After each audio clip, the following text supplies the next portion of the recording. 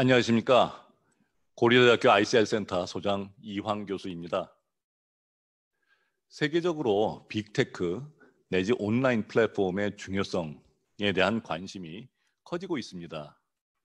동시에 시장 독점 등에 관한 경쟁법 관련 우려도 커지고 있습니다.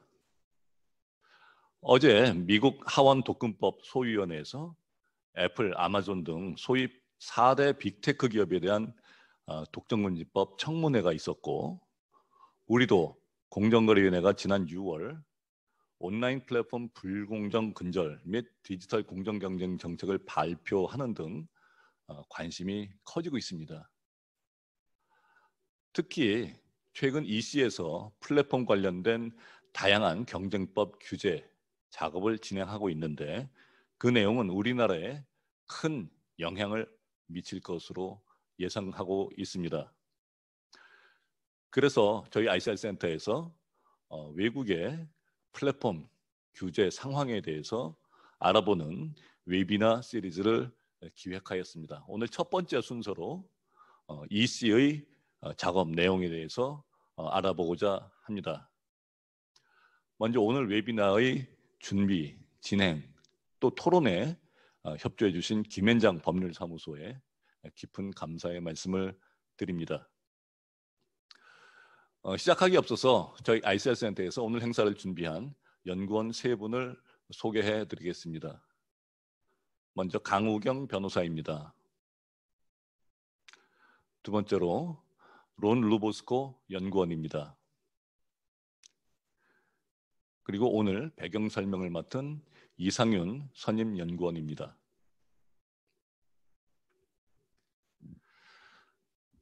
그럼 오늘 순서를 진행하겠습니다.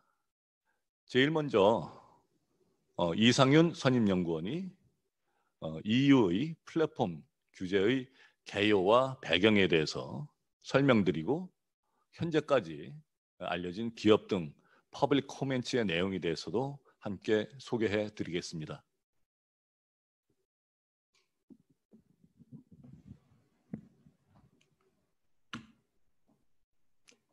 네, 안녕하세요. 저는 유럽연합 규제 동향과 정책 배경에 대한 발표를 맡게 된 ICR 센터 연구원 이상윤이라고 합니다. 저는 유럽연합 집행위원회가 이번 입법 제안을 어떤 배경에서 추진하게 되었는지에 대해서 간략하게 설명을 드리고자 하는데요. 제 발표는 본격적인 내용에 앞서서 전체적인 맥락을 한번 들어보신다고 생각하시고 편하게 들어주시면 좋을 것 같습니다. 이미 저희 센터 동향 보고서를 통해서 여러분들께 소식을 다 알려드렸는데요. 지난 2020년 6월 2일에 유럽연합 집행위원회가 디지털 플랫폼 규제 차원에서 매우 중요한 두 가지 입법 제안 이니셔티브를 발표했습니다. 하나는 디지털 서비스 액트 DSA라고 부르는 이니셔티브고요. 다른 하나는 사후 규제인 경쟁법 집행을 강화하는 성격의 뉴 컴피티션 툴입니다. NCT라고 보통 하죠. 그렇다면 유럽연합이 어떤 맥락에서 이런 입법을 추진하게 되었는지부터 살펴보도록 하겠습니다. 먼저 유럽연합 차원에서 생각해보면 본격적인 출발점은 2015년 융커 전 위원장이 디지털 단일 시장 전략을 발표한 시점으로 볼 수 있을 것 같습니다. 이때부터 유럽연합은 디지털 경쟁력 강화를 목표로 다양한 입법 조치들을 취하기 시작했는데요. 우리가 잘 알고 있는 GDPR이나 인공지능 관련한 수많은 정책 페이퍼들, 그리고 플랫폼 규칙이 대표적이라고 할 수 있습니다. 여기서 특히 2019년 플랫폼 규칙을 도입하게 된 배경은 이번 DSA와 NCT 추진과 밀접한 관련이 있기 때문에 좀 더 자세히 살펴볼 필요가 있습니다. 집행위원회는 이미 2015년부터 플랫폼 산업을 규율하기 위한 경쟁법 밖의 새로운 규제 체계 도입이 필요하다는 시각을 갖고 계속해서 논의를 진행해 왔는데요. 2016년 의견 수렴, 2017년 미드텀 페이퍼, 그때 2018년 스태프 워킹 페이퍼, 이렇게 계속해서 플랫폼과 사업자 간 거래 문제에 기존 수단으로 해결되지 않는 문제가 있다. 그래서 우리는 새로운 규제 수단이 필요하다라는 인식을 반복적으로 계속해서 확인해 왔습니다. 대표적으로 2018년 플랫폼 규칙 제안 당시에 작성된 보고서에는 시장 지배적 지위에 있지 않은 상대적으로 작은 플랫폼이라도 게이트키퍼, 즉 문지기 지위를 갖고 이러한 지위를 이용해서 단독으로 불공정한 거래행위다, unfair trading practices라고, 우리나라의 불공정 거래행위는 약간 좀 다를 수도 있는데요. 그런 것을 할 수 있게 된다고 분석을 하였습니다. 그리고 이러한 결론의 근거로 지금 슬라이드에서 보시는 플랫폼 거래 비중 확대라든가 전략 시 막대한 네트워크 효과, 그리고 데이터의 중요성, 그리고 협상력의 불균형, 경쟁 병목 현상, 이런 것들을 강조를 했습니다. 이런 요인들이 지금 중요한 게 단순히 2019년 플랫폼 규칙에서 끝난 게 아니라 지금 진행되고 있는 DSA와 NCT에서도 똑같이 입법 추진 배경으로 반복되고 있기 때문에 중요하다고 볼 수 있는데요. 물론 기존 플랫폼 규칙과 지금 진행되고 있는 DSA, NCT 간의 차이가 분명히 있습니다. 물론 집행위원장이 달라지기도 했고요. DSA는 주로 대형 디지털 플랫폼들을 타겟으로 하고 있고, 기존의 플랫폼 규칙들은 거의 모든 플랫폼들을 대상으로 진행되었던 반면에요. 그리고 시장 규제로서의 성격만은 아니라 불법적 컨텐츠 유통 방지 같은 사회적, 어떤 정치적, 민주주의 같은 고려, 그런 것도 포함을 하고 있습니다. 그리고 NCT의 경우도 디지털 플랫폼 시장만이 아니라 지금 집행위원회의 어떤 그런 방향성을 생각하면은 전 산업 분야를 커버하는 것을 목표로 하고 있고요. 궁극적으로는 경쟁법 자체의 현대화를 지향하는 것 아닌가 하는 그런 시각도 존재하고 있습니다. 물론 이런 차이점들에도 불구하고 현재 정책을 추진하는 강력한 동력 중에 하나가 흔히 말하는 가파라고 하는 대형 온라인 플랫폼들에 대한 시장 규제를 강화하겠다, 이런 시각이 있다는 점을 부인하기가 어려울 것 같습니다. 아시다시피 이렇게 대형 플랫폼들에 대한 규제 필요성은 이런 플랫폼 규칙 같은 사전 규제 도입만이 아니라 경쟁법 집행에도 상당한 영향을 미쳤기 때문인데요. 예컨대 우리가 흔히 알고 있는 셀프 프리머싱, 그러니까 자기 편의 현상이라든가 이런 것들이 적용된 대표적인 사건인 구글 사건들, 또 현재 진행 중인 아마존 사건, 그런 것들이 대표적이라고 할 수 있습니다. 2019년 초에는 이런 과감한 법 집행을 뒷받침하는 연구 보고서가 발표되기도 했는데요. 물론 이런 연합 차원의 움직임들이 그 집행위원회가 단독으로 한다고 하긴 어렵고요. 회원국들의 움직임과 보조를 맞춘 것으로 이해할 수 있습니다. 회원국들에서는 플랫폼 규칙이 도입되기 이전부터 이미 플랫폼 관련 입법들을 많이 진행을 하고 있었고, 또 사후규제인 경쟁정책 차원에서도 회원국들에서 먼저 경쟁법 설계를 우리가 좀 디지털 시대에 맞게 바꿔야 하는 것 아니냐라는 논의들이 진행되고 있었습니다.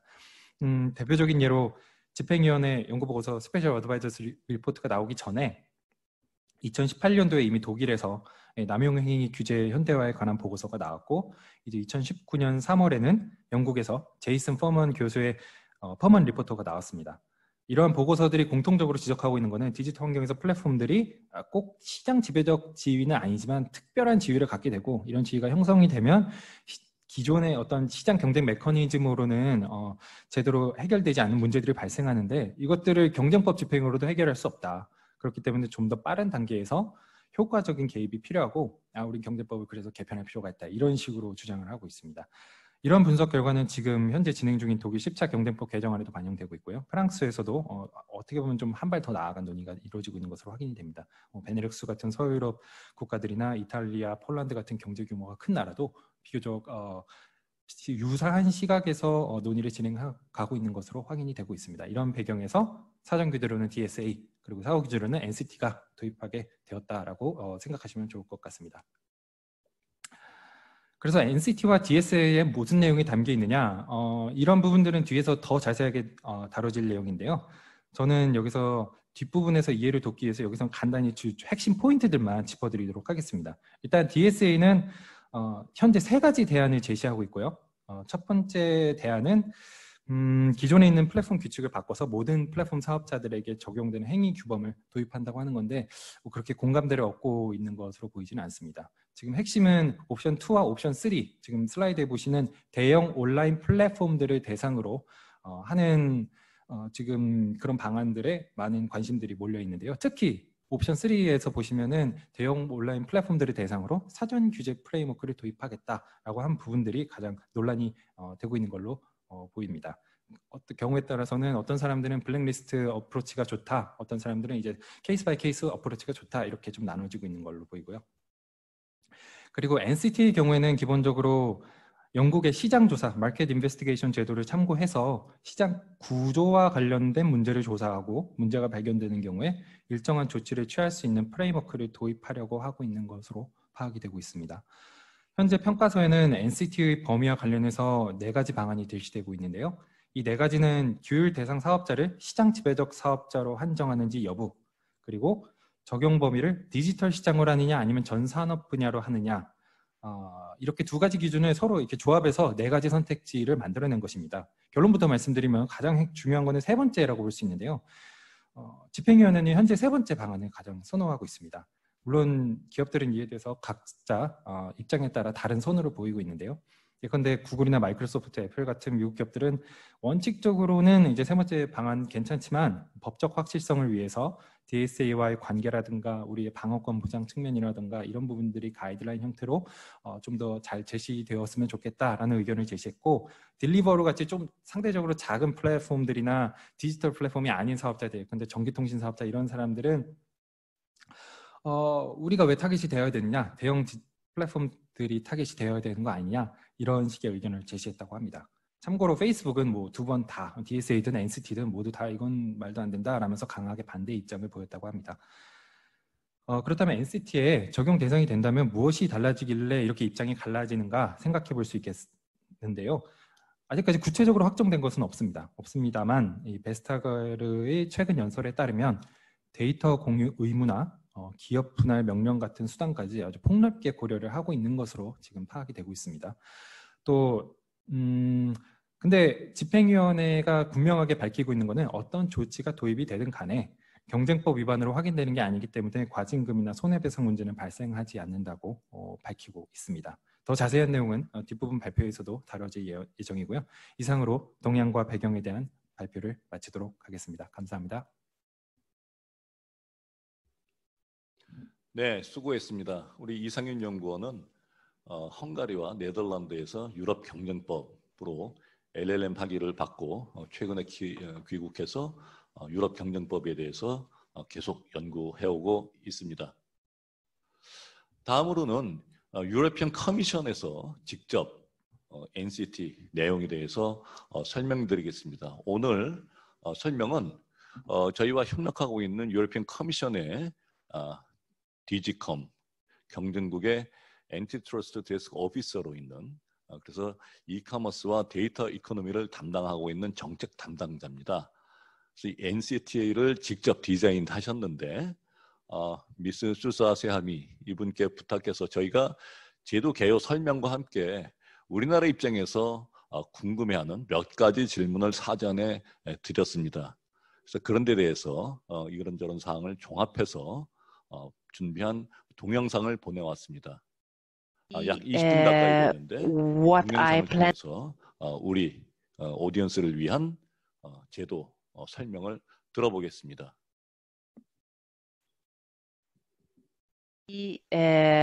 What I plan to guide you through is first of all Executive Vice President Vestager's holistic approach about how to deal with digital markets, the overall context of the proposal, the rationale behind the idea of the new competition tool.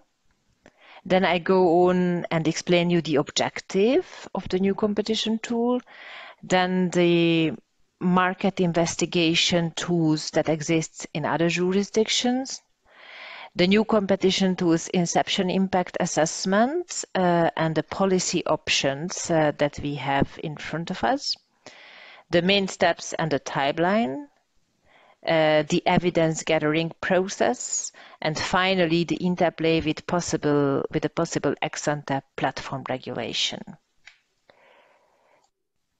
Let me first start with Executive Vice President Vestager's three-pillar approach. In order to ensure the contestability and the fair functioning of digital and other markets, Executive Vice President Vestager's approach is to tackle the issues via three mutually reinforcing measures. First of all, and this is a very important message throughout the presentation, it remains a very important priority to vigorously use competition law enforcement. In particular, looking into digital markets, but also in other markets, and used all the sources and possibilities we have to speed up those procedures. For instance, the Commission has used in its recent case, after a long time, interim measures. We are also discussing a lot to use prescriptive and more restorative remedies where they are appropriate. So the first message is that the enforcement of what we call here in Europe Article 101 and Article 102, so the EU competition law basics, we would continue to enforce them, obviously, as we did in the past, and even more efficiently. The second very important work stream is the so-called ex-ante rules. The Commission will explore, in the context of the digital services package, whether it is possible to set a list of rules that large platforms, in particular those that have significant network effects and that act as gatekeepers, need to observe, and I will talk about those ex-ante rules more in detail. And finally, we are working on a so-called new competition tool that would allow to deal with structural competition problems on a case-by-case basis that either cannot be tackled or cannot be tackled efficiently by our current competition rules. And already you here see the references to Article 101 and 102 of the Treaty on the Functioning of the European Union. What we call Article 101 in Europe are all the rules that tackle anti-competitive agreements between companies, and Article 102 is there to tackle abuse of dominant position by undertakings.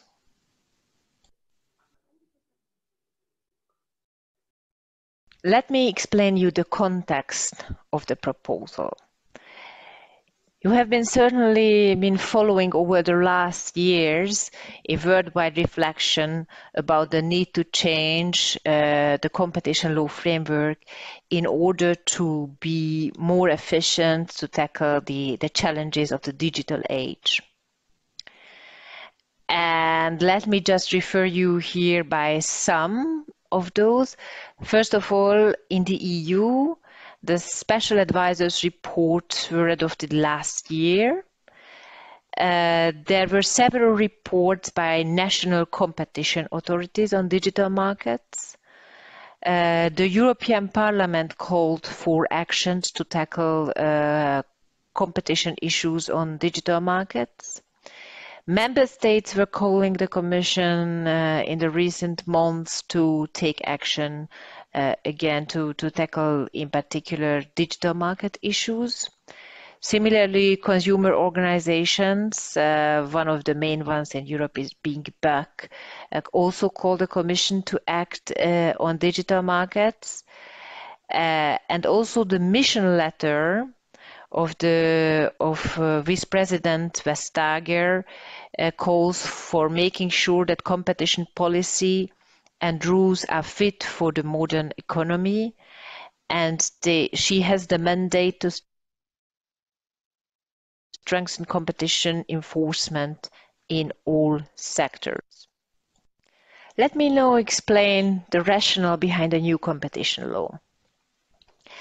As I already mentioned you, the EU competition law can address anti-competitive agreements and concerted practices between companies pursuant to Article 101 of the treaty and the abuse by dominant companies according to Article 102 of the treaty. However, there are a number of situations that are not covered by those two articles. First of all, there are conducts that fall outside the scope of these. For instance, we cannot act to tackle unlawful monopolization strategies of non-dominant companies that have market power.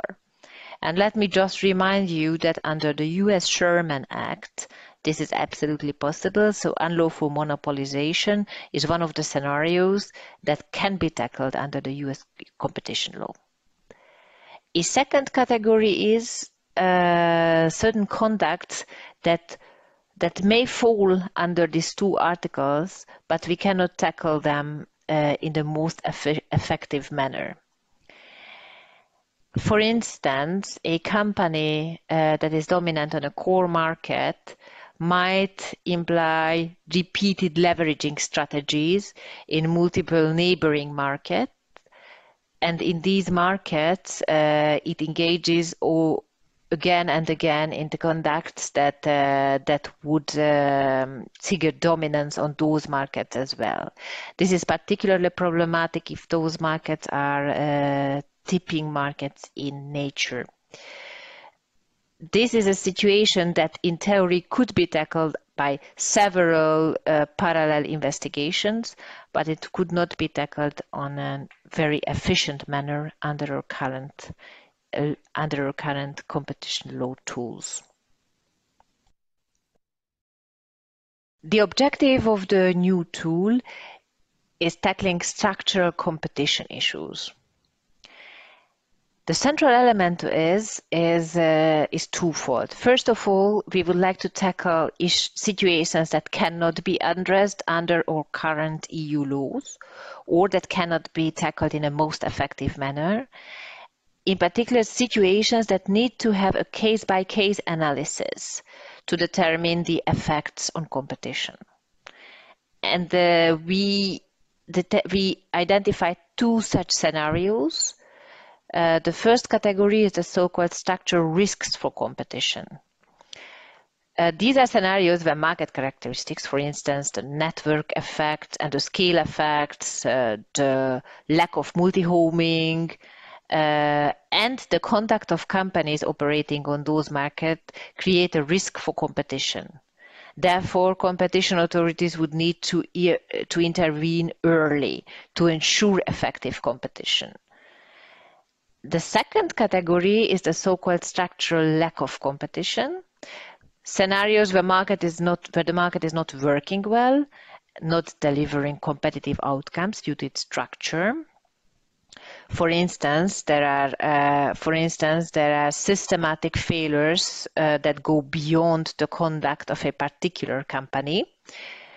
For instance, high concentrations, entry barriers, consumer lock-in, and that could be tackled via a well-tailored remedy package.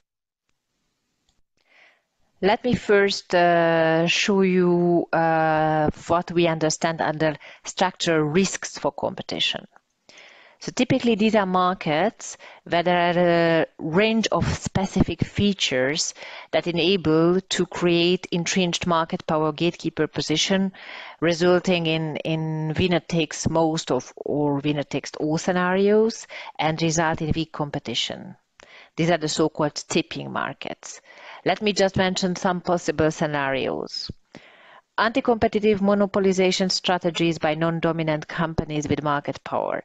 This is the classical example, for instance, where companies prevent multi-homing to achieve consumer lock-in, or situations where companies have a dual role, vertical integration, and they exploit advantages gained from their upstream service provision in markets that they compete.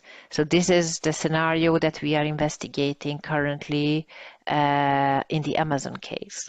So these are scenarios where companies basically did not achieve yet a monopoly position, a dominant position,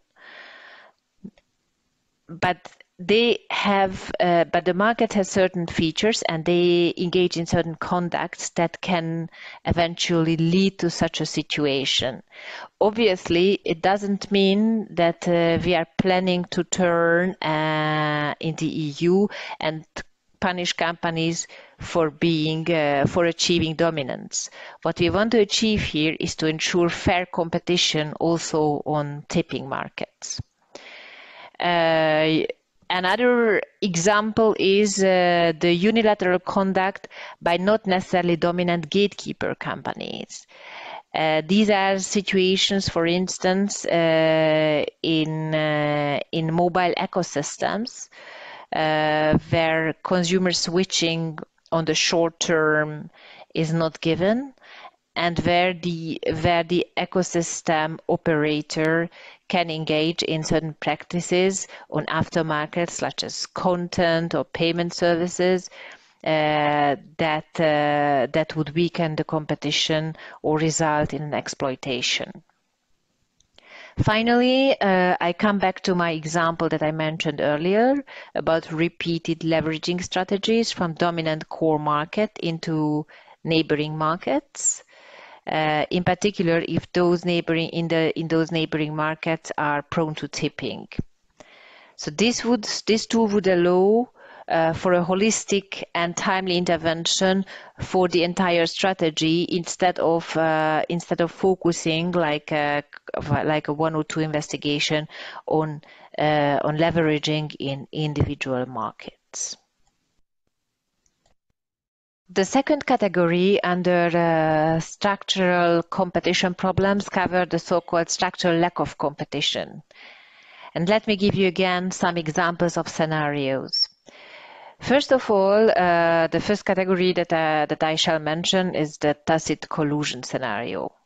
So here we are talking about oligopolistic market structures where companies have less incentive to compete vigorously.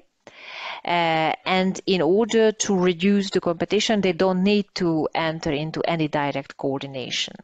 This typically occurs, for instance, in raw material markets. It can also occur in less concentrated markets if you think about algorithm-based technological solutions. But even on fragmented markets, companies can easily act in parallel without direct coordination, obviously, and achieve the same results as a classical cartel could achieve.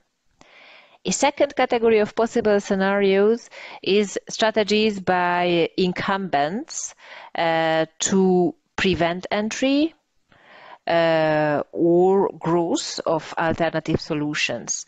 And this we can, for instance, often observe in pharmaceutical markets or in financial payment markets, where companies engage in repeated, ever-changing conducts under the same strategy in order to prevent entry. The third category, or the third category of examples, is the lack of competition in tipped markets.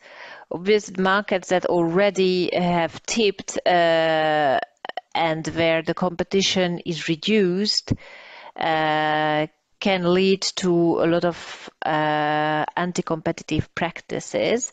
And if you look at the recent UK CMA's investigation into digital advertising markets, this is exactly the conducts that they have uncovered. A final example for structural lack of competition situations are the common shareholding situations that might result in reduced incentive to compete among a portfolio of firms. And this portfolio can then facilitate coordination and favor unilateral anti-competitive conducts. What I would like to explain here is that actually our new competition tool is new at EU level, but it's not new at all globally. First of all, in the United Kingdom, the CMA regularly uses market investigation references.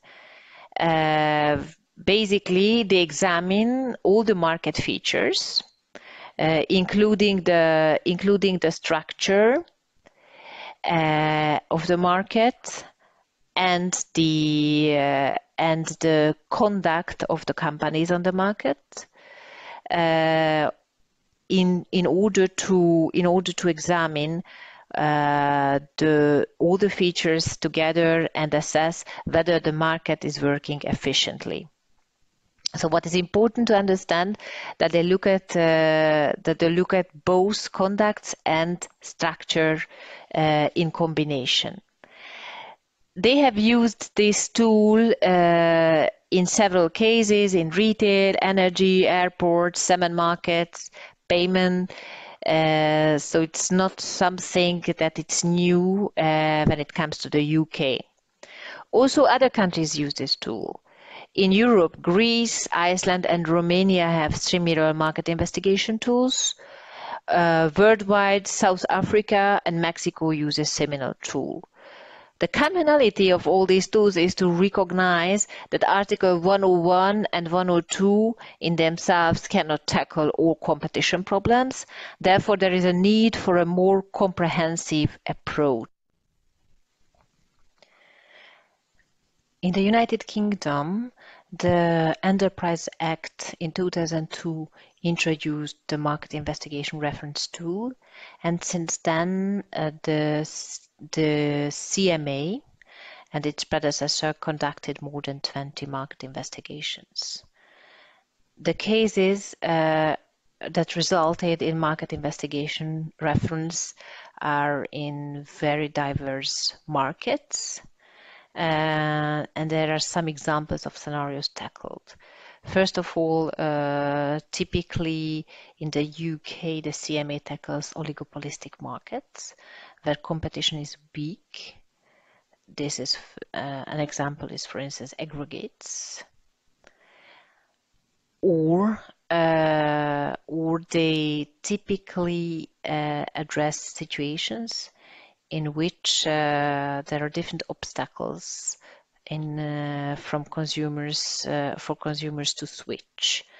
This was the case in the energy investigation, and this was the case in the retail banking investigation.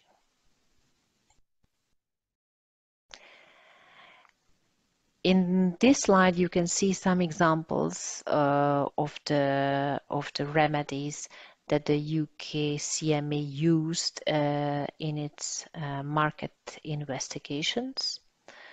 First of all, what you can see that there are different types of remedies. Very often, these remedies are used in a package. What you can also see here that there is no predefined list of remedies. So the CMA, depending on the market situation, can construct and tailor the remedy package. The remedies should be obviously appropriate to tackle the competition problems identified and be proportionate, and they are subject to judicial review. As you can see, there are both behavior and structural type of remedies, but typically structural remedies, i.e. divestments, are very rare. Obviously, these remedy packages are typically flexible, so they can be lifted or altered over time in order to reflect the market developments.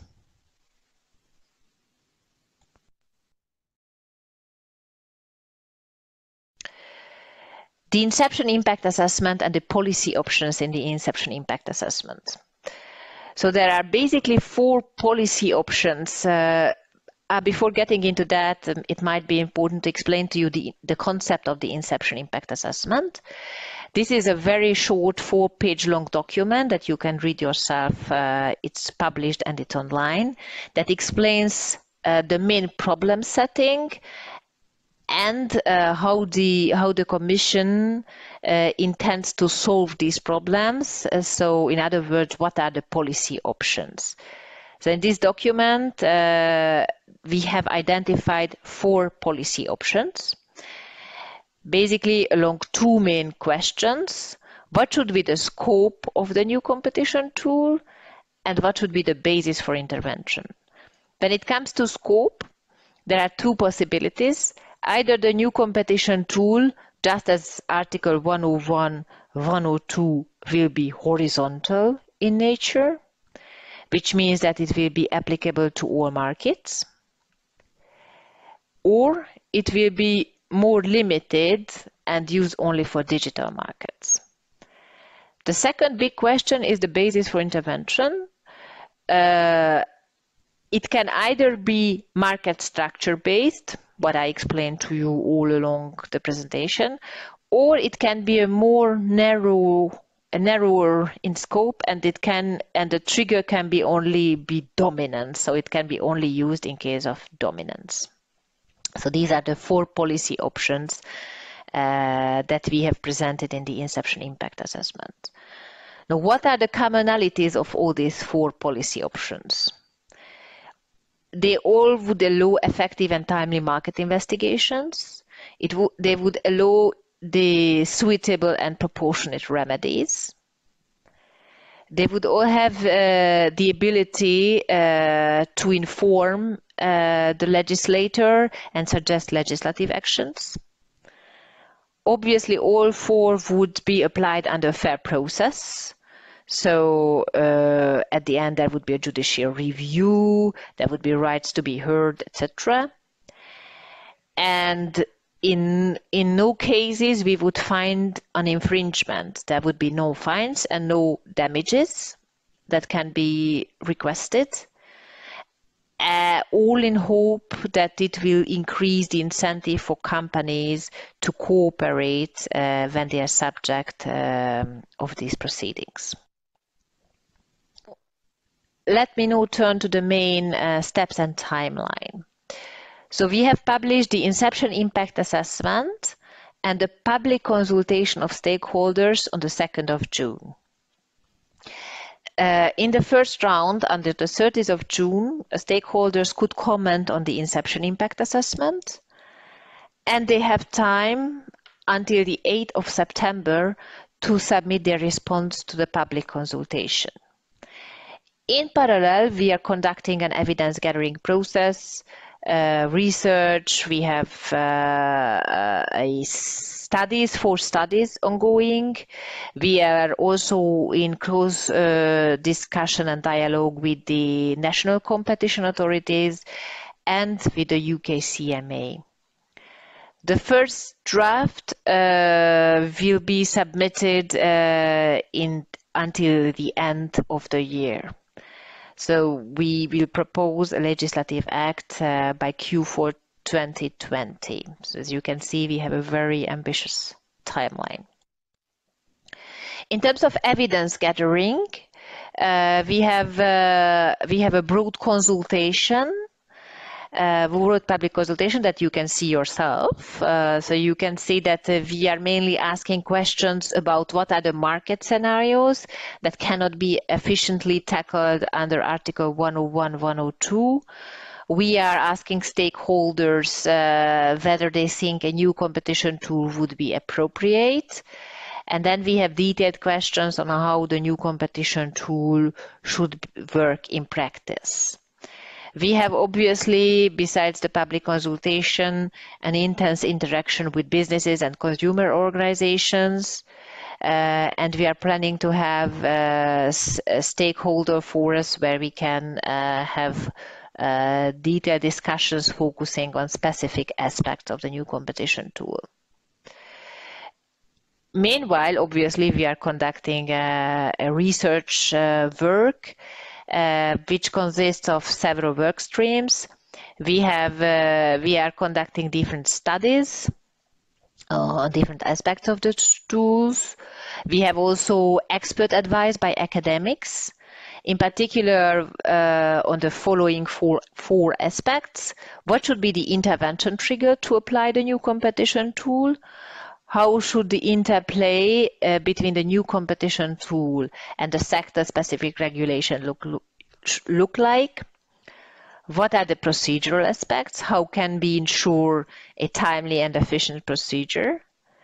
And finally, there is a comparative study that will deal with the UK CMA tool and other tools in other jurisdictions in order to give us ideas and examples on how the tool should be shaped.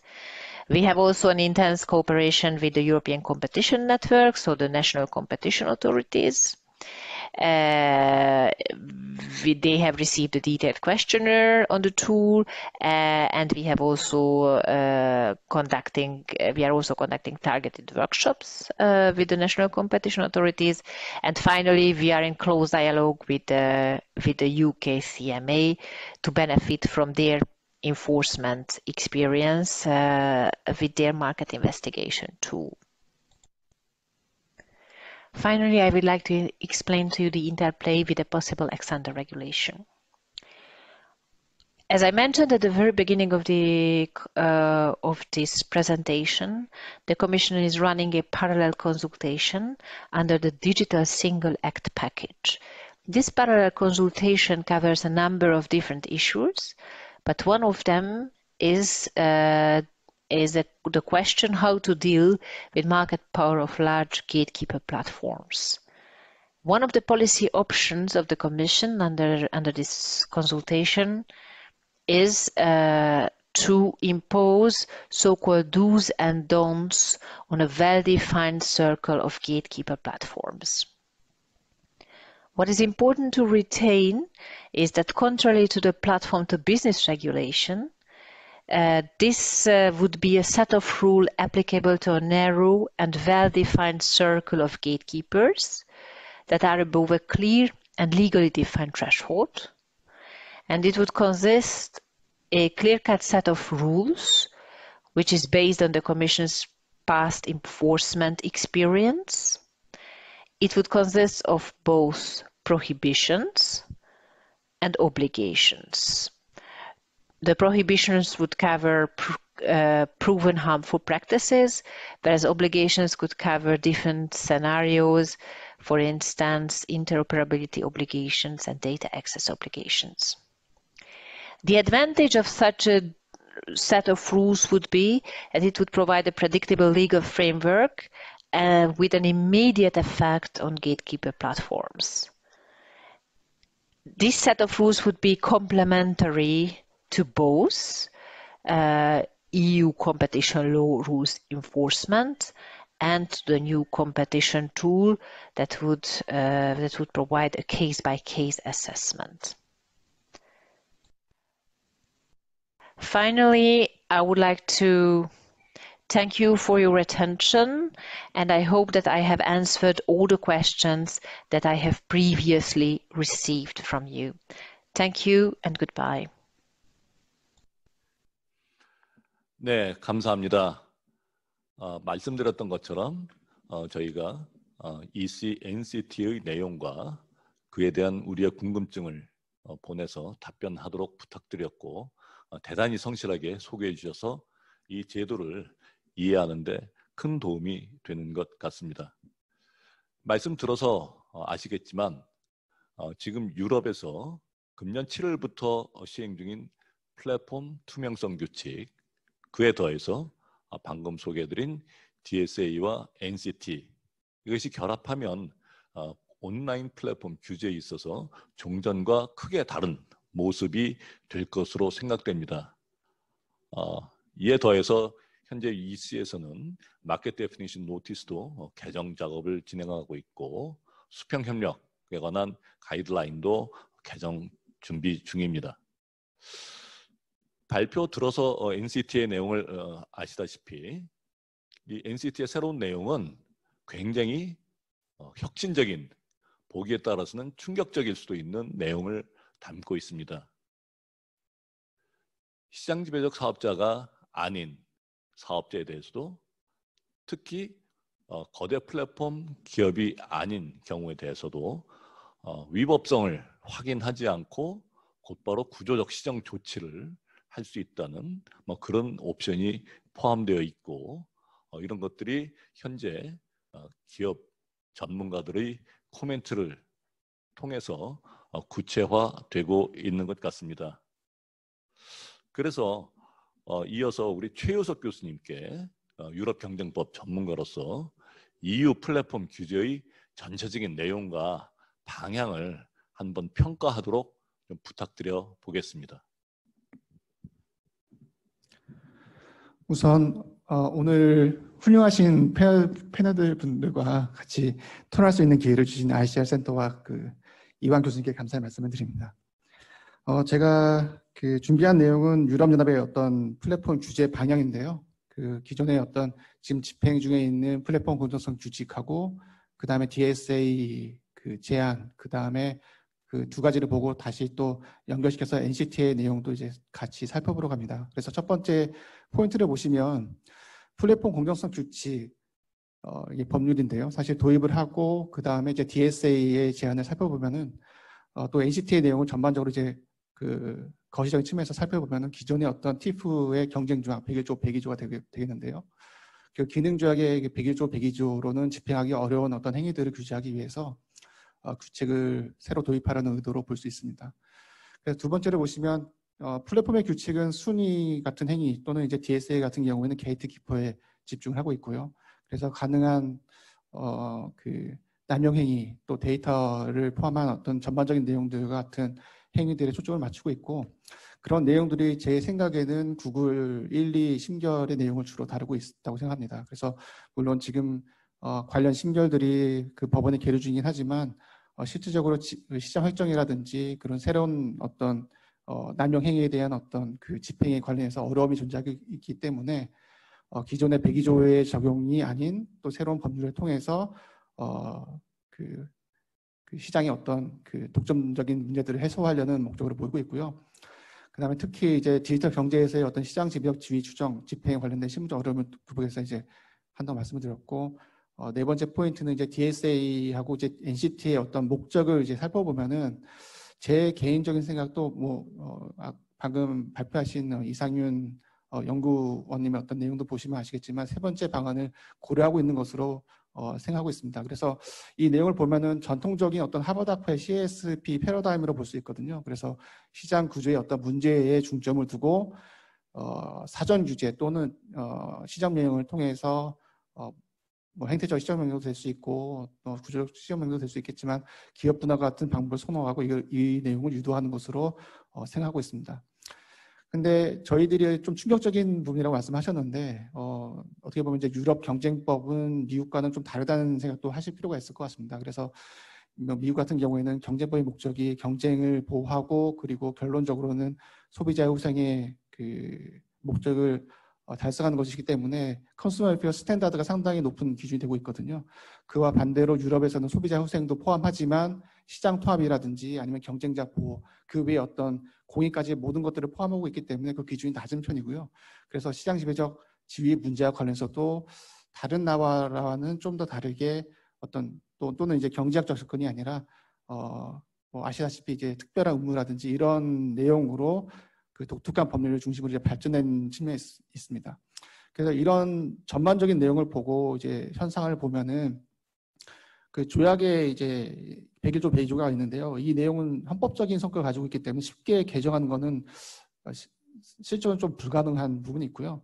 그래서 디지털 경제에서 어떤 규제를 가능하기 위해서 이런 내용들을 이제 발전시키는 것으로 보입니다. 그래서 제가 이제 이름 붙인 거는 이제 소위 이제 디지털 경쟁법이라고 부르고 있는데 제가 조금 고민하는 거는 이제 긍정적인 측면도 있고 부정적인 측면도 있을 것 같습니다. 그래서 어떻게 보면은 브랜뉴 경쟁법이라고 볼 수도 있긴 하지만 만약에 이 부분이 너무나 강조가 되고 이쪽 부분에 있어서 집중하게 된다면은 기존에 있는 경쟁법은 필요가 없는 상황이 될 수가 있거든요. 그래서 그런 경우는 어떻게 보면 경쟁법의 무덤이 될 수 있는 어떤 문제점이 보이는 것 같습니다.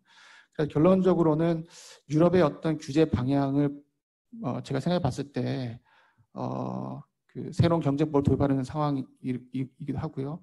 현재 있는 어떤 정치적인 상황을 보면은 그 유럽이 이제 브렉시트 때문에 이제 없는 상황에서의 이사회, 그 다음에 이제 유럽에서의 중도 우파나 중도 좌파의 어떤 그 포션이 좀 작아졌거든요. 그래서 그런 상황에서는 지금 논의되고 있는 DSA라든지 NCT의 어떤 입법이 가능하지 않을까라는 생각도 하고 있고요.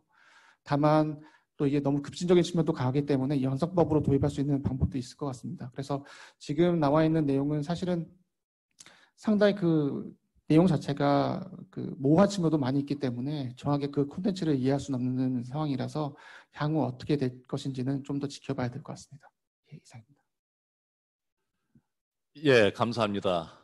내용을 좀 더 입체적으로 이해할 수 있게 된 것 같습니다.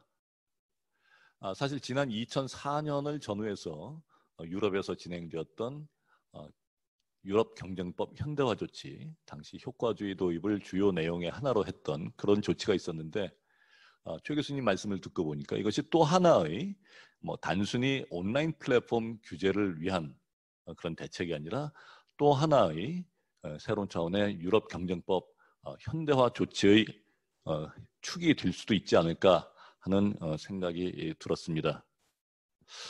자, 그러면 EU에서 이렇게 종합적인 대책을 내놓고 특히 연말까지 법안을 완성하겠다는 그런 야심찬 계획을 내놓게 된 것이 아까 말씀드렸던 DSA 사전 규제, 또 NCT의 사후 규제 이런 것을 종합했을 때 상당히 뭔가 규율 범위가 넓어지고 적극적인 어떤 규제가 가능하도록 하는 것이 아닌가 하는 생각이 듭니다.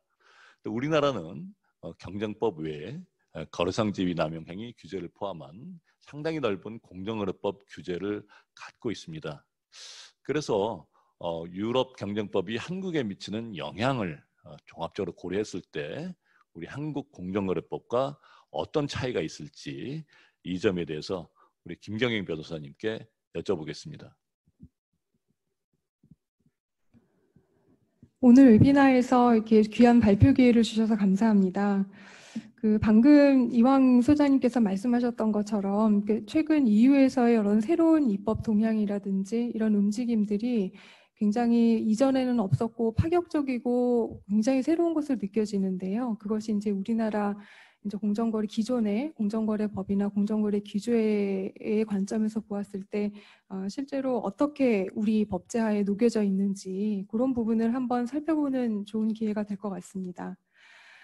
우리나라 경쟁법 규제는 기업결합 심사나 이런 일부의 경우를 제외하고는 기본적으로 폐해 규제주의에 근거한 사후적 규제를 중심으로 하고 있다는 점 많은 분들이 알고 계실 것 같습니다. 그래서 이제 아무래도 가격 규제와 같은 그런 어떤 대부분의 사전 규제는 관련 법령에 따라서 타 소관부처에서 담당하는 그런 경우가 많습니다. 근데 이런 것을 보완하기 위한 목적으로, 그러니까 즉 개별 사업자의 반경쟁적인 위법 행위를 전제로 하지 않은 시장의 구조적인 실패 여부를 사전적으로 다루기 위해서요. 1996년에 공정거래법 제3조가 도입되었는데요. 그래서 이것을 근거로 해서 시장 구조조사나 분석을 할 수 있는 그런 근거가 우리 공정거래법에도 마련이 되어 있습니다. 근데 이제 공정거래법 3조에 기한 시장 구조조사는 정보 수집에 대한 절차의 권한이 공정거래위원회에는 있지만은 이것에 응하지 않았을 경우에 제재하는 수단까지는 마련되어 있지 않고 있다는 그런 이런저런 점들에서 최근 EU 입법 동향과 관련돼서 많이 논의되는 영국의 마켓 스터디하고는 차이가 있고요. 또 개별 기업에 대한 법 위반 여부 판단이 없이 아까 이제 EU 측 발표자도 말씀 주셨지만 구조적 행태적인 시정 조치를 직접 부과할 수 있는 있게 되어 있는 그런 영국의 마켓 인베스티게이션하고는 더욱 그 성격을 달리한다고 봅니다. 실제로 독과점 산업이나 특정 산업을 선정해서 경쟁 상황이라든지 규제 현황이라든지 또 더불어 외국 사례까지 분석을 해서 시장 구조 개선 방안을 마련하기 위해서 공정거래위원회 자체 조사를 하거나 아니면 외부에 위탁을 해서 시장 분석을 활발하게 해서 활용하고 있는데요. 그 분석 결과 필요한 경우에는 이제 공정거래위원회가 해당 주무부처에 개선 방안을 권고하고도 있고 또 2020년 업무계획에는 이런 방식으로 방송통신 분야, 농산물 유통 분야 및 건설 분야에서 경쟁 제한적 규제 체계를 개선하는 것도 포함시키고 있습니다. 그 이외에도 실제 이제 이런 시장 구조 분석 조사 이외에도 평상시 다양한 설문 실태 조사나 표준 계약서 도입과 같은 소위 연성 규제도 명시적인 입법의 공백을 막는다는 차원에서 활발하게 실시되고 있습니다. 한편 지금 우리나라에서는 좀 전통적인 경쟁법 관심 대상이 시장 집중이 아니라 일반 집중이나 소유 집중의 관점에서 대규모 기업 집단을 겨냥한 경제력 집중 억제 시책을 두고 있다는 것은 여러분들께서 잘 아시는 바와 같은데요.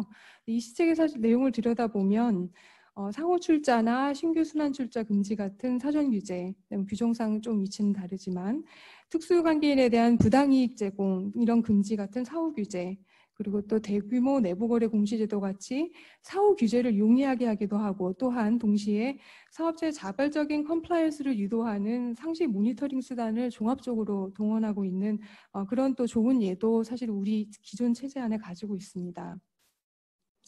또 하나의 좀 특징적인 부분은 지금 EU 같은 경우에는 개별 기업의 특정한 행위로 규명할 수 없는 어떤 시장의 현상으로밖에 일단 파악이 되지 않는 그런 어떤 반경쟁적인 문제를 좀 해결하려는 차원에서 여러 새로운 아이디어를 생각해 보고 있는 것 같은데요. 우리나라에서는 사실은 다른 어느 나라와 달리 불공정 거래 행위 규제, 특히 거래상 지위 남용 행위 규제가 활발하게 활용되고 있기 때문에 조금 다른 상황으로 보입니다. 최근에 EU 차원에서 P2B 레귤레이션이나 식료품 분야 B2B 불공정 거래 지침을 통해서 또 거래상 지위 남용 이론에 기반한 규제가 통일적으로 도입이 되었는데요. 아직까지는 적극적인 집행이 이루어지지 못하고 있는 것으로 이해됩니다. 반면에 이제 우리나라에서는 방금 말씀드린 것처럼 불공정 거래 행위, 그중에 특히 거래상 지위 남용 규제가 매우 활발하게 집행이 되고 있고, 특히 거래상 지위 판단 기준이 엄격하지 않기 때문에 현재 상태에서 만약에 적용을 한다면 플랫폼 기업이나 회원 사이처럼 그 거래 상대방의 관계에 적용됨에 있어서도 이런 특별한 문제가 없고, 또 이제 소위 구조적인 경쟁 리스크가 존재하는 상황에서 소위 티핑, 시장 쏠림 현상을 방지하기 위해서 시장 지배적 지위는 없지만 어떠한 특정한 사업자의 행위에 대해서 신속한 개입을 해야 되겠다라는 판단을 할 때 그 수단으로 활용될 가능성도 있다고 보입니다. 그래서 이러한 점들이 최근 EU의 입법 동향 접근 방식과 현재 우리나라 공정거래 규제에 있어서의 좀 약간의 간단한 비교, 그리고 또 우리 체제에 대한 좀 이해에 도움이 되셨으면 좋겠습니다. 감사합니다. 예, 감사합니다. 지금 들으셨다시피 EU의 새로운 NCT 제안은 기존 경쟁법과는 상당히 다른 내용을 많이 담고 있습니다. 이와 같이 새로운 규제 시도가 경제적으로 어떠한 함의를 갖고 있는지, 또 그것을 어떻게 경제학적 정당성 여부를 평가할 수 있는지, 특히 온라인 플랫폼 중심의 디지털 마켓을 다른 시장과 구별해서 특별히 다르게 규제할 그럴 만한 필요가 있는 것인지 우리 경제학자로 모신 김종민 교수님께 말씀 부탁드리겠습니다. 우선 법제도를 평가하는 이런 자리에 경제학자로서 의견을 제시할 수 있는 기회를 주셔서 감사드립니다. 이 NCT에 대해서 이 경제학 공부하는 사람으로서 느낀 점을 좀 간략하게 설명드리고자 합니다. 우선 디지털 이코노미는 상당히 다양한 특성들을 일반 시장과 좀 다르게 지니고 있는데요. 이러한 특성들로 인해서 이 쏠림 현상이 발생할 가능성이 상당히 높고, 특히 네트워크 이펙트는 아주 강력한 집합적 전환 비용, 컬렉티브 스위칭 코스트라고 우리가 얘기하는 것을 야기한다는 점에서는 개별적인 잠금 효과보다 매우 강력한 효과를 지니고 있습니다. 그래서 한번 기울어진 운동장은 바로잡기 어렵다는 믿음이 아마도 제가 생각하기에 NCT의 출발점이 아닌가 생각합니다. 더군다나 이 양면 시장의 경우에는 시장 지배적 지위가 없어도 단독으로 불공정 거래 행위가 가능하다는 믿음이 광범위하게 퍼져 있는 것 같습니다. 또한 이게 이제 게이트키퍼로서 시장 지배적 지위가 없어도 관문으로서의 역할을 하는 플랫폼이라면 불공정 행위를 할 수 있을 것이라는 우려도 많이 퍼져 있는 것 같습니다. 그래서 한번 기울어지면 이 메리 컴페티션으로서는 이걸 다시 경쟁적 상황으로 돌리기 매우 어려울 것이다 라고 하는 믿음이 기존의 경쟁법으로는 대응할 수가 없다라고 하는 판단을 내리고 있는 것 같습니다. 그래서 이 컴페티션을 회복하고 경쟁을 회복하고 기울어진 운동장을 바로잡기 위해서는 이러한 일이 벌어지기 이전에 사전적으로 규제를 해야 될 필요성이 있다라고 판단하고 있는 것 같습니다. 여기에 대해서 이제 경제학자로서 느낀 소회를 좀 말씀드리면, 일단은 이 플랫폼 산업의 경우에 있어서도 다양한 플랫폼이 공존하면서 경쟁하는 체제가 어느 한 플랫폼으로서 쏠려서 결과적으로는 더미넌트 포지션을 지니게 되는 플랫폼이 있는 것보다 바람직하다라고 하는 그러한 생각이 저변에 깔려 있는 것 같습니다. 그런데 이게 경제학 이론들 측면에서 보면 플랫폼 산업의 경우에 있어서는 전통적인 경쟁의 개념이 작동하지 않을 가능성이 매우 높다고 판단하고 있습니다. 더군다나 이 네트워크 이펙트가 상당히 작용하는 경우에 있어서는 경쟁 체제의 도입 내지는 유지가 오히려 바람직하지 않다라고 하는 이론적 결과를 내고 있는 연구 논문들도 상당히 많습니다. 그래서 이러한 점들을 좀 고려해야 되지 않을까 싶습니다. 더군다나 NCT는 티핑이라고 하는 것, 쏠림이라고 하는 현상에 대해서 이게 이 구조적인 경쟁의 구조적인 문제라고 판단하고 있는 것 같습니다. 저희가 보기에는. 그래서 일단 티핑이 되면 이것을 다시 돌이키기는 어렵다는 이유로 이걸 사전적으로 규제해야 된다고 보고 있는 것 같은데, 이러기 위해서는 티핑이 바람직하지 않다는 판단이 먼저 내려져야 되는 게 아닌가 싶습니다. 그러나 경제학 이론에서는 여기 상당히 양면성이 있습니다. 그래서 티핑이 소비자 측면에서는 바람직한 측면이 있다라고 생각하는 많은 논문들도 있고요. 이 상당히 차별화된 플랫폼들이 있는 경우에 있어서는 경쟁이 바람직하다는 연구 결과들도 있습니다. 이 플랫폼에 관해서는 사실 최근에 연구가 많이 진행되고 있는데, 잘 아시다시피 디지털 경제에 있어서는 혁신성과 이 다이나믹한 측면이 아직 많은 연구들이 되어서 결론적으로 어떻다라고 말하기 어려운 지경입니다. 그래서 이 플랫폼들이 이 다양한 플랫폼들을 유형화하기 매우 어렵습니다. 네, 그러한 경우더라도 이것을 인류적 규제로 접근한다라고 하는 것이 과연 바람직할 것인가 라는 의문을 경제학 공부하는 사람으로 좀 지니고 있습니다. 네, 감사합니다. 지금까지 EC의 NCT 제안에 대해서 세 분 패널리스트들께서 사전에 준비해 주신 말씀을 들어봤습니다. 지금부터 약 30분 동안 각각 새로운 질문을 던져서 말씀을 들어보고 마지막에는 우리 오디언스들께서 보내주시는 질문 한두 개를 추려서 답변하는 토론 시간을 갖겠습니다. 첫 질문입니다. 말씀드렸다시피 NCT가 굉장히 새로운 내용을 많이 담고 있습니다. 이것이 4개 옵션 중에 어느 것이라도 현재로서는 옵션 3가 채택될 가능성이 커 보이지만 이 새로운 NCT 제안의 어떤 부정적인 측면, 긍정적인 측면, 이것이 입법화된다면 그래서 법학, 경제학적인 측면에서 한번 평가를 해주시도록 좀 부탁드리겠습니다.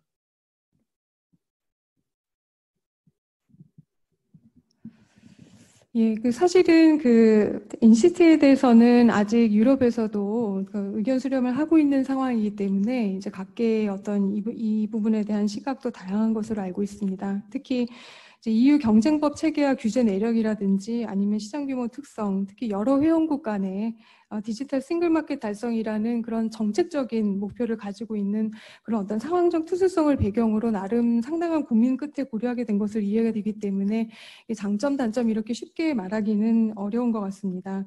다만 어떤 새로운 규제 수단을 도입을 할 때 규제 본연의 측면인 예측 가능성이라든지 명확성 이런 것들은 반드시 견지가 되어야 되고, 특히 이제 매우 혁신적이고 역동적인 특성을 가진 시장이나 비즈니스를 다룰 때에는 그 시장이나 기업의 자율성에서 나오는 순경쟁적인 기능과 소비자 후생 증진의 면을 과도하게 해치지 않는 필요 최소한적인 침익성만을 가지도록 그 규제가 디자인되어야 된다는 생각입니다. 또 절차의 측면에서도 소위 듀 프로세스가 보장되는 것이 굉장히 중요하다는 의견입니다. 앞서 제가 말표를 드리면서 우리나라에서는 불공정 거래 행위 또 거래상 지위 남용 행위라는 툴이 있기 때문에 이 부분이 충분히 활용될 수 있다라는 말씀을 드리면서 이제 뭐 판단 기준이 엄격하지 않다 또 뭐 다양하게 활용될 수 있게 말씀드렸는데 사실 기존에 있는 툴을 활용함에 있어서도 그것이 이제 법적으로 요구되는 요건이라든지 입증이 굉장히 명확하게 이루어져야 되는 것이지 그게 부단히 만연히 활용될 수 있다는 그런 측면은 아닙니다. 그런 측면에서 기존의 규제 또 새로운 규제 모두 규제의 기본적인 요건이라든지 한계를 잘 준수해야 된다는 그런 생각입니다.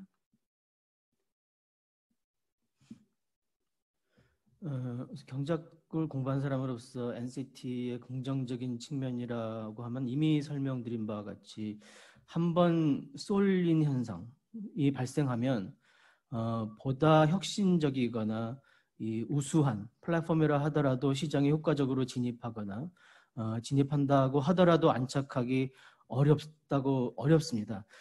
다시 말씀드려서 이렇게 한번 쏠린 시장은 다시 경쟁적 구도로 전환되기 상당히 어렵습니다. 따라서 이게 크리티컬 매스를 넘기 전에 규제해가지고 이걸 규제해서 왜곡된 경쟁을 회복하고 이 기울어진 운동장을 바로잡는 기회를 제공하려는 시도는 이런 측면에서 보면 바람직할 수도 있을 거라고 봅니다. 근데 그러기 위해서는 이 부정적인 측면이 경제하고 공부하는 사람 입장으로서는 더 강조되는 것처럼 보이는데요. 어떤 측면에서 그러냐 하면 이 쏠림이 효율적인 시장의 결과라는 점을 배제할 수 있는가라고 하는 근본적인 의문이 있습니다. 강력한 네트워크 이펙트는 소비자에게 매우 중요한 후생 증진 효과를 지닙니다. 이 경우 플랫폼의 난립보다는 하나의 플랫폼이 이용자 측면에서는 바람직할 수 있는 결과라는 점을 과연 배제할 수 있을까라고 하는 근본적 의문이 있습니다. 심지어는 우리가 전통적인 산업에서의 내추럴 모노폴리라고 하는 개념, 자연 독점이라는 개념과 유사하게 학자들에 있어서는 내추럴 플랫폼 모노폴리라고 하는 개념을 사용하시는 분들도 있습니다. 즉 이 플랫폼의 경쟁은 적어도 소비자 후생 측면에서는 바람직하지 않는 결과를 낳는다는 많은 연구 결과들과 이 NCT의 의도는 충돌하고 있지 않은가라고 생각이 됩니다. 물론 이 차별적인 서비스를 제공하고 있는 플랫폼들은 다양한 선호를 반영한다는 점에서 여러 플랫폼들이 경쟁하는 것이 바람직할 수도 있습니다. 결론적으로 말씀드리면 플랫폼 간의 경쟁을 유도하는 것이 바람직한지의 여부는 케이스 바이 케이스로 판단해야 될 문제가 아닌가 싶습니다. 이를 티핑 우려로 인해서 쏠림 현상에 대한 우려로 인해서 일률적으로 문제시하는 시각은 상당히 무리가 있지 않은가 판단이 됩니다. 이 디지털 이코노미, 즉 아주 혁신적인 시장을 논하면서 이 평가의 잣대는 산업경제 시대의 논리를 앞세우는 느낌을 지울 수가 없습니다. 즉 하나보다는 둘보다는 셋이 더 낫다라고 하는 믿음이 과연 이 인포메이션 이코노미, 정보경제학의 최근 동향, 그다음에 혁신산업에서의 혁신시장에서도 적용될 수 있는 잣대인가에 관한 생각을 좀 다시 한번 해봐야 되지 않을까라는 생각이 듭니다. 네, 감사합니다. NCT의 전반적 평가를 우리 법학자, 변호사님과 경제학자의 말씀을 들어봤습니다. 자, NCT의 내용을 보면은 정책 옵션으로 4가지를 들고 있습니다. 아까 구체적인 내용을 설명해 드렸는데 그 각각의 옵션이 서로 비교했을 때 어떻게 평가할 수 있는지 한번 비교 분석하는 시간을 갖겠습니다. 최 교수님. 제가 시간이 모자랄 것 같아서 슬라이드 하나 더 준비를 했습니다. 그래서 뭐 앞에서 그 앞부분에서 이제 그 이상윤 연구원님도 잘 정리를 해주셨는데요. 그래도 이해를 쉽게 하기 위해서 이제 테이블 2개를 준비를 했습니다. 그래서 보시면은 범위와 기준에 따라서 4가지로 구분할 수 있을 것 같고요. 범위에 따라서는 이제 광범위하게 모든 분야에 적용하든지 아니면은 이제 디지털 분야에만 중심으로 이제 규제를 하든지가 될 수 있을 것 같고요. 기준으로 보시면은 시장의 구조에 따라서 전반적으로 모든 시장에 적용하든지 아니면 시장 지배 지위에 따라서 판단으로 기준을 삼을 것인지로 구분할 수 있을 것 같습니다. 제가 시간 관계상 각각 옵션에 대해서 평가를 할 수는 없을 것 같고요. 그냥 폭넓게 의견을 말씀을 드리면 그 범위에 따른 문제를 보시면 우선 최근 디지털 시장에서 범위가 파이프라인까지 확장되고 있습니다. 그래서 역동적으로 발전하고 있기 때문에 그렇게 이제 범위를 사실은 제한적으로 디지털 분야만 하는 것은 의미가 없다고 하는 많은 의견들이 있고요. 저도 같은 생각을 하고 있습니다. 그렇다면 이제 그 시장 구조의 기준에 따른 이제 구분할 수 있을 것 같은데 그런 경우 이제 옵션 1과 2 또는 이제 3과 4를 이제 구분할 수 있을 것 같고요. 먼저 3을 중심으로 보시면 이제 옵션 3이 가장 강력한 어떤 규제 방법이 될 텐데요.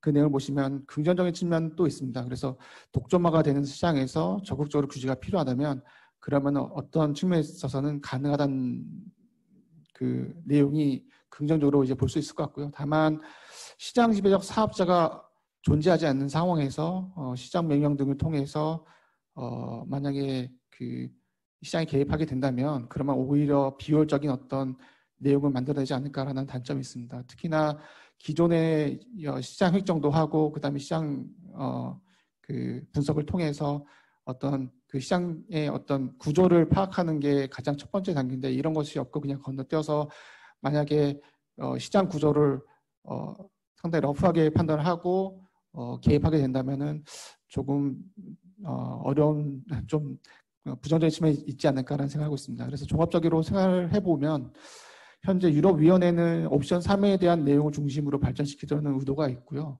그 다음에 관련된 의견 수렴도 역시 옵션 3에 대한 찬반하고 장단점을 중심으로 이제 논의를 하는 것 같습니다. 예, 이상입니다.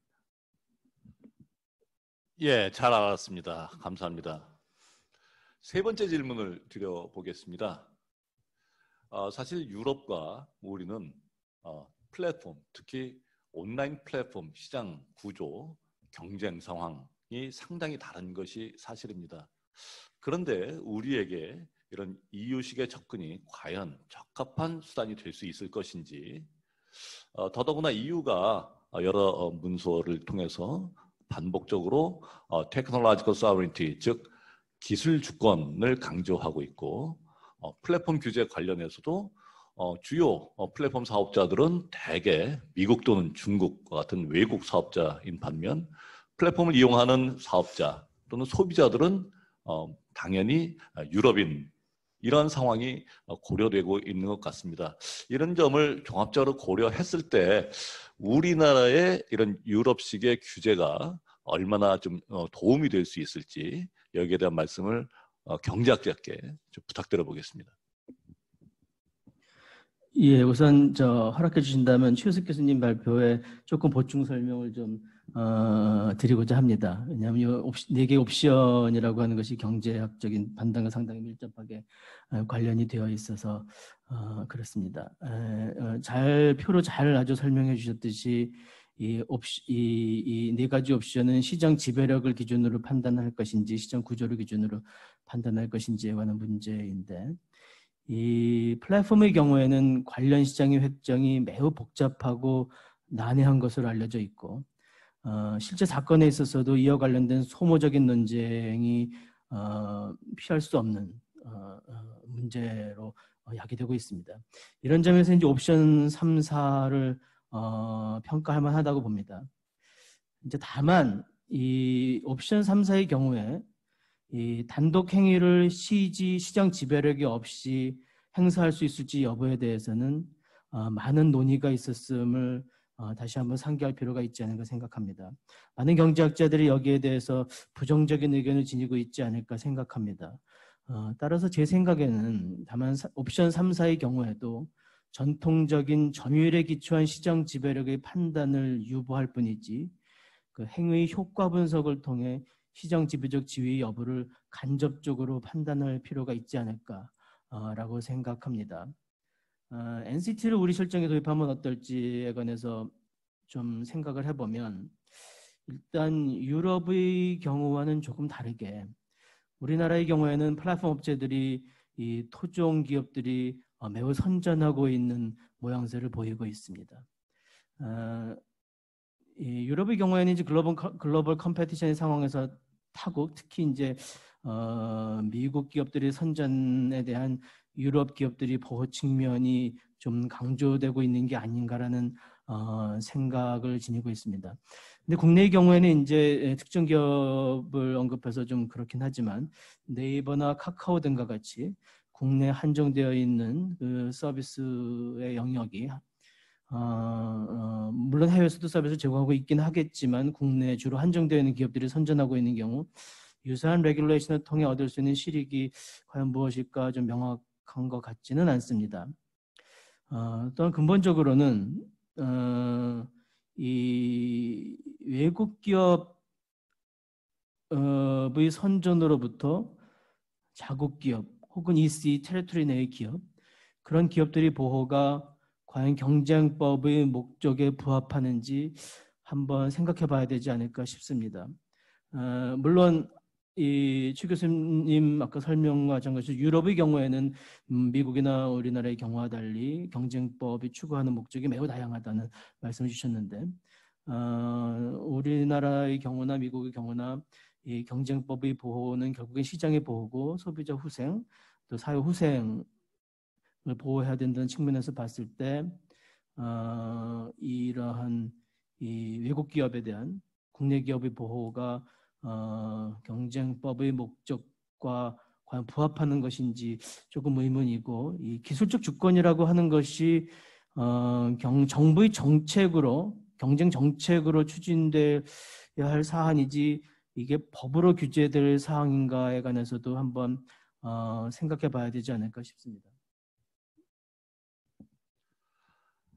네, 감사합니다. 사실 유럽에서는 아까 초기에 소개해드렸지만 현재 웨스트하고 부위원장이 담당하고 있는 분야가 유럽의 디지털 싱글 마켓을 위한 정책 그리고 경쟁법 분야를 한 부위원장이 관장하고 있고 또 유럽의 디지털 싱글 마켓 이것은 현 EC 위원장의 공약 사항이기도 합니다.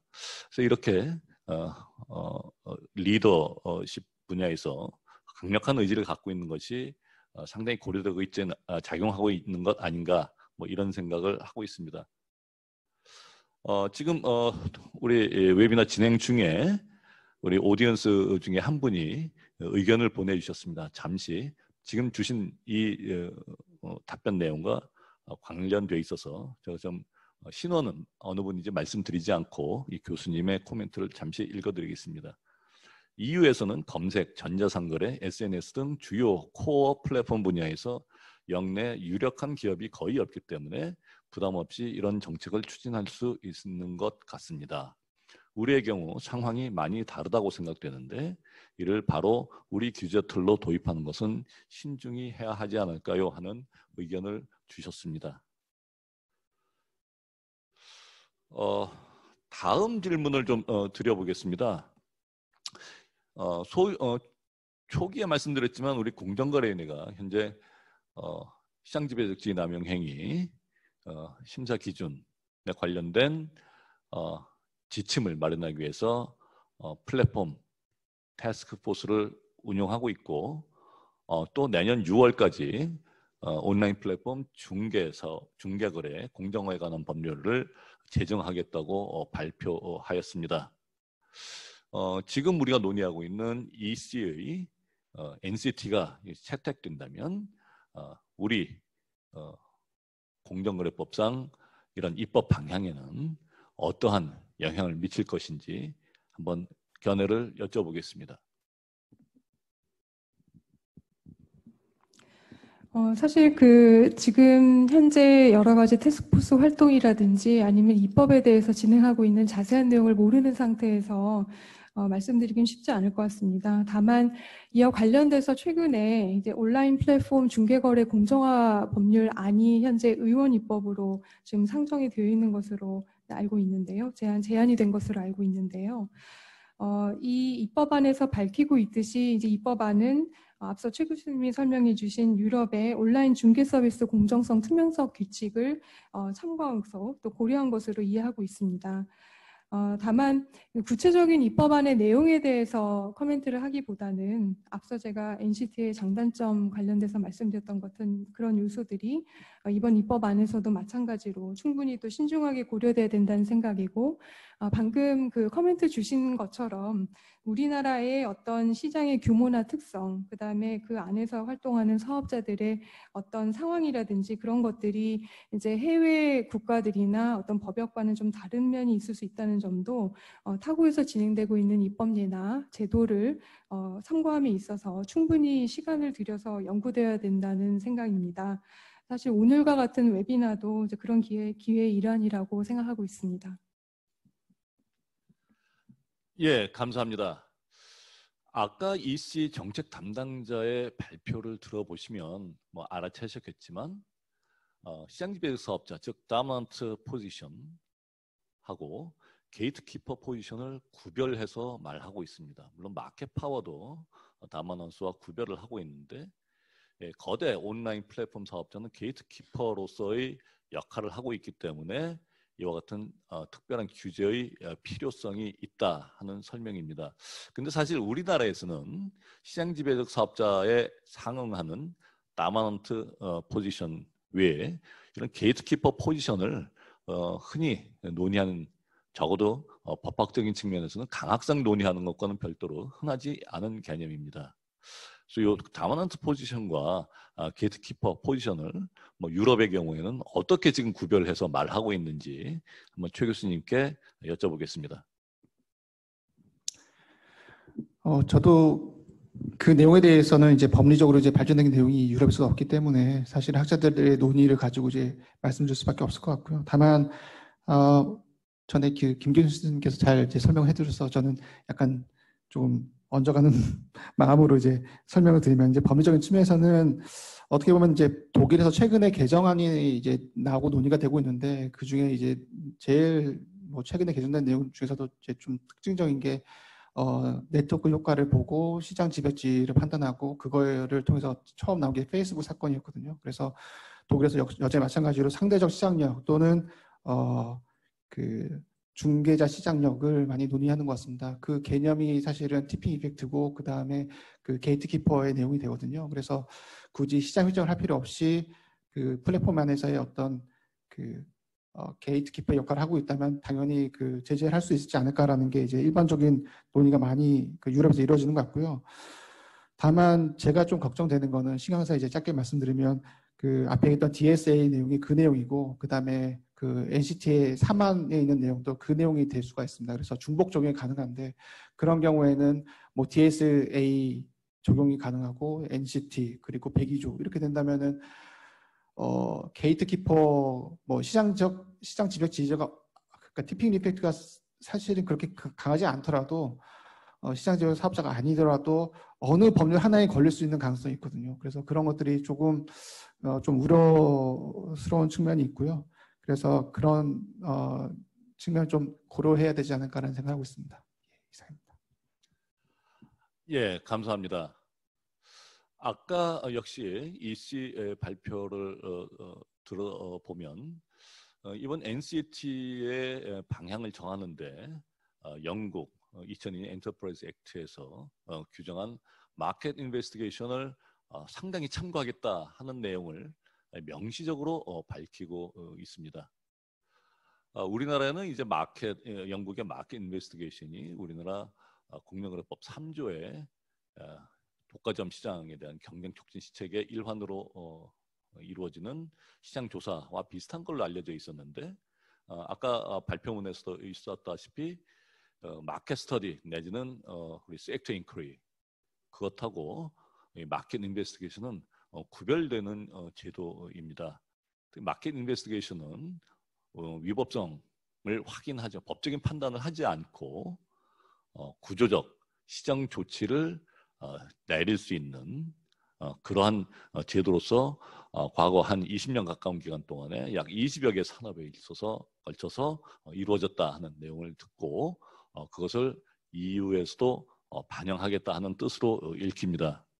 그래서 영국의 마켓 인베스티게이션이 실질적으로 어떤 내용인지 또 우리나라에는 어떤 비슷한 요소가 있는지 이 점에 대해서 여쭤보겠습니다. 네, 제가 앞서 간단히 말씀드렸던 것처럼 지금 현재 공정거래법 제3조에 있는 시장구조 조사하고 지금 방금 말씀하신 영국의 마켓 인베스티게이션하고는 또 상당히 차이가 있습니다. 아까 제가 얼핏 영국의 마켓 스터디하고 마켓 인베스티게이션 두 가지에 대해서 언급을 드린 적이 있는데요. 마켓 스터디와 인베스티게이션 사이에서도 또 큰 차이가 있습니다. 가령 이제 마켓 스터디 같은 경우에는 영국의 이제 경쟁 규제 당국인 CMA 스텝들에 의해서 이루어진다면 마켓 인베스티게이션은 별도로 구성된 CMA 패널 그 멤버들이 CMA 스텝의 서포트를 받아가지고 진행을 하고 있는 것으로 알려져 있습니다. 그리고 이제 뭐 비록 연장이 가능하긴 하지만 18개월에 정해진 어떤 그 기간 안에 진행하는 것으로 되어 있습니다. 사실은 저도 이번에 이제 EU에서 이제 영국의 이제 마켓 스터디, 마켓 인베스티게이션에 주목하는 과정에서 또 처음 사실상 그 전에 잘 모르다가 이제 접한 면이 있어서 향후 이제 이 규제 제도에 대해서는 별도로도 또 깊이 있는 어떤 웨비나나 어떤 연구 대상으로 삼아도 좋겠다는 생각인데요. 간단하게 절차를 말씀드리면 일단 마켓 인베스티게이션을 하기로 결정을 하게 되면 우선 관련된 이니셜 인포메이션을 수집하는 단계를 거쳐서 어떤 문제를 CMA 패널이 조사하려고 하는가 하는 소위 Theory of Harm에 대한 그것을 이슈라고 보고 그 이슈에 대한 스테이트먼트를 발표를 하게 됩니다. 그러고 나서 이제 본격적으로 여러 가지 수단을 통한 이제 그 어떤 증거 자료라든지 아니면 관련된 정보를 이제 수집하게 되는데요. 그 중간에 소위 Annotated Issue Statement라고 해서 AIS라고 하는 중간 이제 스테이트먼트를 발표를 하고 관련된 세부적인 어떤 경제 분석이라든지 그런 깊이 있는 논의에 대해서는 워킹 페이퍼를 이제 발표를 하게 됩니다. 여기에 대해서는 어떤 의견이 있거나 이해관계인들이 다양하게 의견을 제출하는 것으로 알려져 있고요. 이어서는 이제 CMA와 혹시 그 시장의 관계자들이 있다면 이와 관련해서 이 발표된 의견 제출, 중간 보고 의견 제출에 대해서 포멀 히어링을 열게 되어 있고요. 이 포멀 히어링을 거쳐서 소위 이제 중간 단계의 provisional findings 발표를 하고 여기에 대해서 여기에 기초한 가장 중요한 initial remedy에 대한 어떤 노티스를 하게 됩니다. 근데 이제 그것으로 끝나는 것이 아니라 이 레메디가 적합하냐, 적절하냐 하는 부분에 대해서는 별도의 또 히어링을 열기도 하고요. 그 결과로 다시 그 레메디 프로포설을 다시 한번 좀 정리하는 절차를 거치게 됩니다. 이런 절차를 쭉 거치는 과정의 마지막으로 이제 파이널 리포트를 이제 발표를 하게 되고 최종적으로 결정되는 이제 레메디를 이제 오더, 즉 이제 레메디를 내리게 되는 이제 그런 일련의 과정을 거치게 되는데요. 실제로 제가 이런 특정 사건에서 이런 마켓 인베스티게이션 절차가 쭉 진행되는 것을 아주 자세하게 검토해 보지는 못했습니다만 이 실제로 이제 영국의 마켓 인베스티게이션을 다루어 본 사람들의 어떤 평가는 이 절차가 방금 말씀드린 것처럼 굉장히 길고 또 복잡한 그 자체에 상당한 애로가 있고요. 또 최종적으로 적정한 레메디를 디자인하는 과정이 상당히 어렵다. 이게 쉬운 문제가 아니다라는 어떤 제도 자체는 굉장히 해볼 만한 제도일런지는 모르겠지만은 그것을 실제로 실행하는 과정에서는 상당한 난관이 있다라는 코멘트를 들은 바가 있습니다.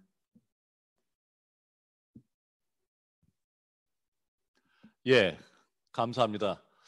마켓 인베스티게이션이라는 제도가 우리에게 익숙하지 않아서 이것을 참고해서 새로운 NCT를 만들겠다는 이 씨의 입장을 아직 우리가 충분히 이야기는 이른 것 같습니다. 앞으로 우리가 깊이 연구해야 할 과제가 아닌가 싶습니다. 지금까지 약 1시간 반 동안 EU 플랫폼 규제 NCT에 대해서 논의했습니다. 초기에 제가 말씀드렸지만 어제 미국 하원 독금법 소위에서 4개 빅테크 기업에 대한 독점법 위반 청문회가 있었고요. 학계에서도 소위 디지털 마켓에 대한 새로운 독점법 집행 방향에 대한 논의가 활발히 벌어지고 있습니다. 그런데 그 내용을 보면 유럽의 논의와는 상당히 좀 결이 다른 그런 양상을 보이고 있습니다. 어느 나라나 경쟁법 수립과 집행이 그 나라 소비자들 후생, 경제 발전, 경제 효율화를 위해서 기본적으로 있다는 것은 뭐 누구도 부인하지 않는 사실이지만 유럽 같은 경우에는 그 외에도 어떤 유럽 통합이라는 내지는 경우에 따라서는 뭐 또 다른 정책 목표를 함께 추구하는 그런 다원주의가 지배적 견해인 것으로 되어 있습니다. 그래서 우리나라의 경우에는 우리의 필요가 어디 있는지를 다시 한번 숙고해야 하지 않을까 이런 생각이 듭니다. 지금 세계적으로 유럽 경쟁법이 세계적인 영향을 미친다는 소위 브뤼셀 이펙트에 관한 논의가 많이 있습니다. 우리도 브뤼셀 이펙트를 참고하되 뭐 그 영향에서 우리만의 판단이 필요하지 않을까 생각합니다. 저희 ICR 센터에서는 오늘 EU의 플랫폼 규제에 대한 논의에 이어서 한 달 후 약 8월 말경에 역시 미국 독점 금지 당국의 정책 담당자를 오늘과 비슷한 형식으로 모셔서 2차 웨비나를 개최할 생각입니다. 여기에 대한 관심도 부탁드리고 오늘 발표한 모든 발표 자료와 또 이것을 서포트하는 다양한 배경 설명 자료들은 저희 ICR 센터 홈페이지를 방문하시면 거기에 다 게시해 놓을 예정입니다. 관심 부탁드리고 오늘은 이것으로 마치겠습니다. 다음 달에 미국 편에서 다시 뵙겠습니다.